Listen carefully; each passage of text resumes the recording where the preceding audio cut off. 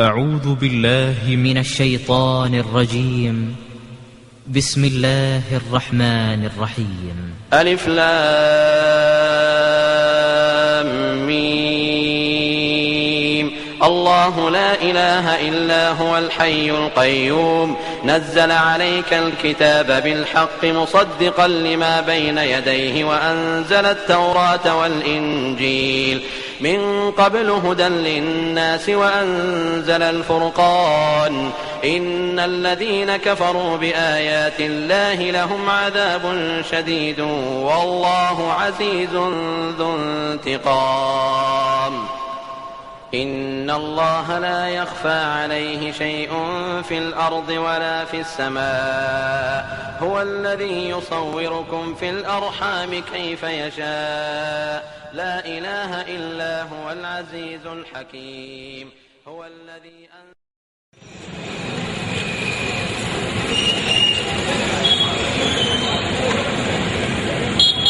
السلام عليكم ورحمة الله وبركاته. الحمد لله نحمده ونستعينه ونستغفره ونؤمن به ونتوكل عليه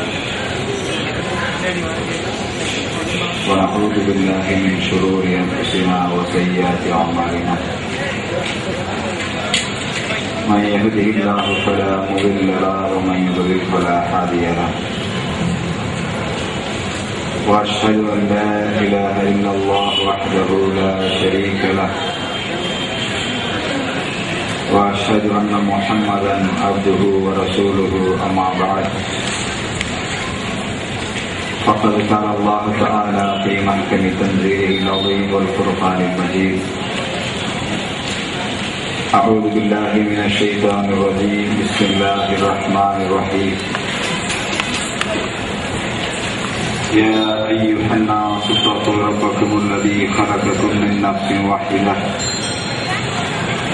وخلق منها زوجها وبث منهما رجالا كثيرا ونساء واتقوا الله الذي تساءلون به والأرحام إن الله كان عليكم رقيبا. يا أيها الذين آمنوا اتقوا الله حق تقاته ولا تموتن إلا وأنتم مسلمون. فإن أصدق الحديث كتاب الله وخير الهدي هدي محمد صلى الله عليه وسلم وشر الأمور محدثاتها وكل محدثة بدعة وكل بدعة ضلالة وكل ضلالة في النار.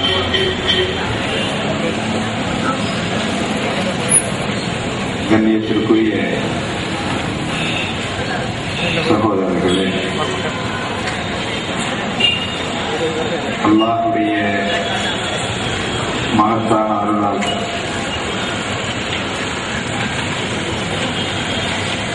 அவனுடைய மார்க்கத்தை அறிந்து கொள்வதற்காக வேண்டி ஏற்பாடு செய்யப்பட்டிருக்கிற ஒரு நிகழ்ச்சியிலே நாம் ஒன்று கூடியிருக்கிறோம். சத்தியத்தை புரிந்து அதன் அடிப்படையிலே வாழ்ந்து மரணிக்கக்கூடிய ஒரு பாக்கியத்தை அல்லாஹ் ரப்புல் ஆலமீன் எனக்கும் உங்களுக்கும் தந்தருள்வானார்.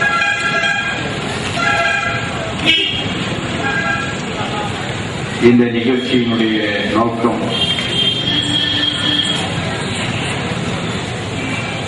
இஸ்லாமிய சமுதாயத்தில் பல ஆண்டு காலமாக ரமலானை ஆரம்பிக்கக்கூடிய காலங்களிலும் பெருநாட்களை கொண்டாடக்கூடிய நேரங்களிலும் ஏற்படுகிற குழப்பங்களையும் பிரச்சனைகளையும்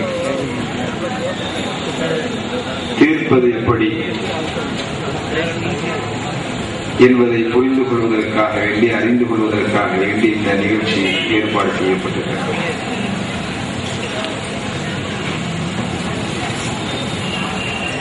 ஏனென்றால் முஸ்லிம் சமுதாயத்தை பொறுத்தவரையில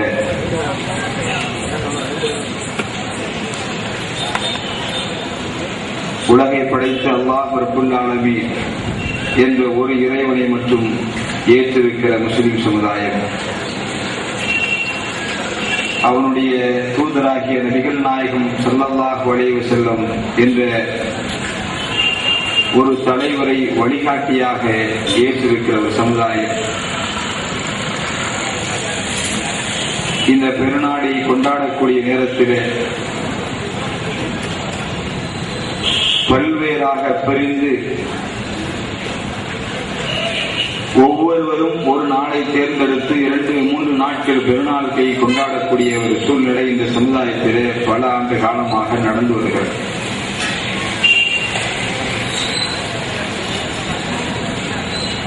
முஸ்லிம் சமுதாயத்தில் இருக்கிற பாமரர்கள் அவருடைய உள்ளத்திலே இது சம்பந்தமாக ஒரு நீண்ட ஏக்கம் இருக்கிறது. பெருநாள் என்பது சந்தோஷமாக கொண்டாடக்கூடிய ஒரு நாள். அந்த நாளிலே பல்வேறு குழுக்களாக ஊருக்கு வேறுபட்டு மாநிலத்திற்கு மாநிலம் வேறுபட்டு 2-3 நாட்கள் பெருநாளை கொண்டாடுகிற ஒரு சூழ்நிலை இருக்கிறது. இதற்கு தீர்வு இல்லையா என்று இஸ்லாமிய மக்கள் பாமரர்கள் இயங்கக்கூடிய ஒரு சூழ்நிலையும் சமுதாயத்தில் இருந்து வருகிறது. அப்ப இந்த குழப்பங்கள் ஏன் ஏற்பட்டது? இஸ்லாமிய மார்க்கம் அப்படித்தான் வழிகாட்டி இருக்கிறதா? இந்த குழப்பம் ஏற்பட்டது மார்க்கத்தின் அடிப்படையிலா அல்லது மார்க்கத்தை புரிந்து கொண்ட நம்மவர்களுடைய கோளாறினால் ஏற்பட்டதா?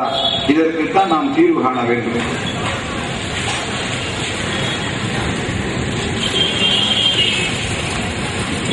எனக்கு முன்னால் உரையாற்றிய சகோதரர்கள் குறிப்பிட்டவாறு இந்த பிறைய விஷயத்தை பொறுத்தவரையில் இன்றைக்கு சமுதாயத்தில் உள்ள நிலைப்பாடுகள் என்ன? ஒரு சாரார் இந்த ரமலானுடைய முதல் நாளை தீர்மானிப்பதாக இருந்தாலும் அதை முடிந்து ரமலானுடைய பெருநாளை கொண்டாடுவதாக இருந்தாலும் அதற்கு 2 மாதத்திற்கு பின்னால் வருகிற ஹஜ்ஜுடைய பெருநாளை கொண்டாடுவதாக இருந்தாலும் அவர்கள் வசிக்கிற பகுதியில பிறை பார்க்கப்பட்டு அந்த அடிப்படையில அது தீர்மானிக்கப்பட வேண்டும். இப்படி சொல்லக்கூடிய சகோதரர்கள் ஆரம்பத்தில் என்ன சொன்னார்கள்? ஒரு 1-2 வருடத்திற்கு முன்பு வரை என்ன சொன்னார்கள்? திருநெல்வேலியில பிறை பார்க்கப்பட்டால் அந்த பிறை நாகர்கோவிலை கட்டுப்படுத்தாது என்று சொன்னார்கள். கோவையிலே பிறை பார்க்கப்பட்டால் அந்த பிறை கோவைக்கு அருகில் இருக்கிற திருப்பூரை கட்டுப்படுத்தாது என்று சொன்னார்கள். சென்னையுடைய தாம்பரத்திலே பிறை பார்க்கப்பட்டால் அதற்கு அருகில் இருக்க செங்கல்பட்டை கட்டுப்படுத்தாது. ஒவ்வொரு ஊருக்கும் ஒரு எல்லை இருக்கிறது. அந்த எல்லைக்கு உள்ளாக பிறை பார்க்கப்பட்டு அந்த பகுதியிலே பெருநாட்களை கொண்டாட வேண்டும் என்று ஒரு 2 வருடத்திற்கு முன்பு வரை சொன்னவர்கள்,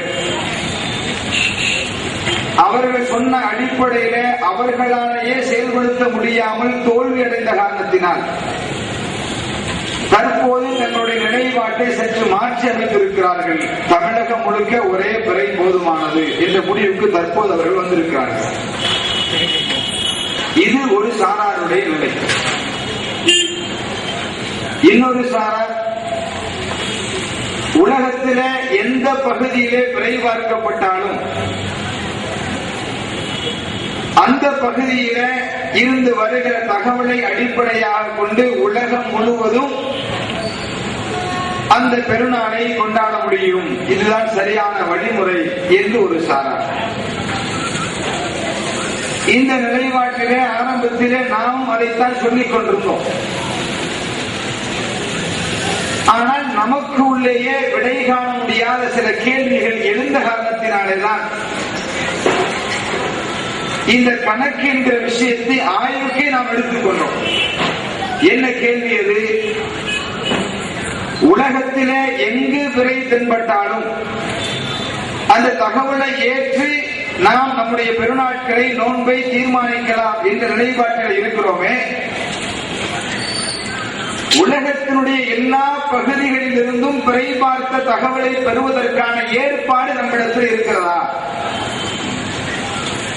உலகம் என்பது ஏதோ சில நாடுகளை கொண்டதல்ல. Saudi Arabia, Dubai, India, Bangladesh, Pakistan என்கிற ஒரு சிறிய வட்டத்தை கொண்டது அல்ல உலகம் என்பது. உலகம் என்பது பறந்து விரிந்திருக்கிறது. உலகத்தில் எங்கு விரை பார்க்கப்பட்டாலும் அந்த தகவலை ஏற்றுக்கொள்ளலாம் என்று சொல்லுகிறனா, அந்த உலகத்தினுடைய எல்லா பாகங்களிலும் அந்த தகவலை பெறுவதற்கான ஏற்பாடு நம்மிடத்தில் இருக்கிறதா? நாம் அல்லாஹ்வை பயந்து இந்த விஷயத்திலே முடிவு செய்வோர்களாக இருந்தால் நாம் உண்மையை ஒப்புக்கொள்ளத்தான் வேண்டும். அந்த ஏற்பாடு நம்மிடத்தில் இல்லை. நாம் எதையும் மறைக்க வேண்டிய அவசியம் இல்லை. நாம் பயப்பட வேண்டியது அல்லாஹ்வுக்கு மட்டும்தான்.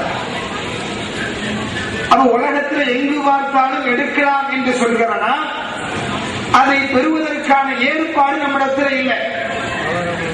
நமக்கு தகவலை தரக்கூடிய ஏற்பாடு குறிப்பிட்ட ஒரு சில நாடுகளிலே இருக்கிறது. அப்ப உலகத்தினுடைய எல்லா பகுதிகளிலும் அந்த ஏற்பாடு இல்லை. ஆக அப்ப என்ன செய்ய முடியாது? அதையும் நாம் முழுமையாக பின்பற்றி நடக்க முடியாது. அப்ப மூன்றாவது நிலைப்பாடு, இரண்டும் தேவையில்லை.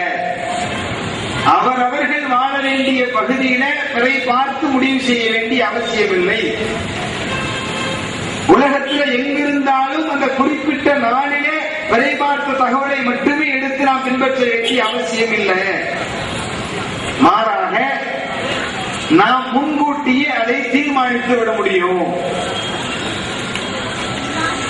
ரமலானுடைய நோன்பு எப்பொழுது ஆரம்பமாகும், அந்த ரமலான் எப்பொழுது முடியும், ஷவ்வாலுடைய முதல் நாள் பெருநாள் என்றைக்கு வரும், அதற்கு அடுத்த துல்ஹஜ் மாதத்துடைய 10வது நாள் ஹஜ்ஜி பெருநாள் என்றைக்கு வரும் என்பதை ஒரு வருடம் அல்ல, 2 வருடம் அல்ல, வரக்கூடிய 100 வருடங்களுக்கும் நம்மால சொல்ல முடியும். அதை தாண்டி நம்மால் சொல்ல முடியும்.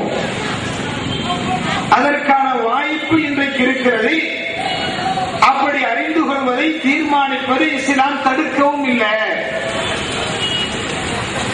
அவை இதை அடிப்படையாக வைத்தால் மட்டும்தான் இந்த பிரச்சனைகளுக்கு நீங்கள் தீர்வு சொல்ல முடியும். இது அல்லாத நிலைப்பாட்டிலே தீர்வு சொல்லவே முடியாது. ஏன்? அவரவர்கள் வாழுகிற பகுதி என்றாலும் என்ன நடக்கும்? அடுத்த பகுதிகளுக்கு கட்டுப்படுத்தாமல் போகிற பொழுது 2 நாட்கள் 3 நாட்கள் வரக்கூடிய வாய்ப்பு இருக்கிறது. உலகத்தில் எங்கிருந்து தகவல் வந்தாலும் ஏற்கலாம் என்றாலும் பிரச்சனை உண்டாகிறது. எப்படி? உலகத்தில் பல பகுதிகளிலே தகவல் வருகிற பொழுது நாம ஃபஜ்ருடைய நேரத்தை நெருங்கி இருக்கிறோம். கடந்த காலங்களிலே அனுபவித்தும் இருக்கிறோம். 2 மணிக்கு 3 மணிக்கெல்லாம் தகவல் வருது. அப்ப விடிய விடிய முடித்து காத்திருக்க வேண்டுமா? அதுதான் சுன்னாவா? நபிகள் நாயகம் ஸல்லல்லாஹு அலைஹி வஸல்லம் அப்படி ஒரு சுன்னாவை காட்டி கொடுத்தார்களா? பார்த்தா இல்லை. அப்ப இங்க என்ன நடக்கிறது? அந்த விடிய காலம் செய்தி வரும். அந்த செய்தி யாருக்கெல்லாம் எட்டுமோ அவர்களால் பெருநாளை கொண்டாட முடியும், நோன்பு வைக்க முடியும். அந்த செய்தி யாருக்கு கிடைக்கலையோ அவர்களுக்கு முடியாம போயிருது. அப்ப அங்கேயும் குழப்பம். அப்ப நிதர்சனமாக நாம கண்ணு முன்னாடி பார்க்கிறோம். இந்த இரண்டையும் நம்மால் செயல்படுத்த முடியல, அதில் தோல்வி அடைகிறோம். ஆனா இஸ்லாம் ஒருபோதும் தோற்காது. அப்ப விவகாரம் வேற எங்கே இருக்கிறது? அந்த பிரச்சனைக்கு இஸ்லாத்தில் தீர்வு இருக்கிறது. அந்த ஆய்வின் வெளிப்பாடுதான் நாம் முன்கூட்டியே தீர்மானிக்க முடியும்.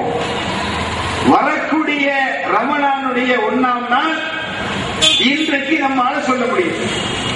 வருகிற 9ஆம் தேதி, ஆகஸ்ட் மாசத்துடைய 11ஆம் தேதி புதன்கிழமை ரமலானுடைய முதல் நோன்பு ஆரம்பமாகிறது. நம்மால் இன்றைக்கு சொல்ல முடியும். வரக்கூடிய நோன்பு பெருநாள் என்றைக்கு?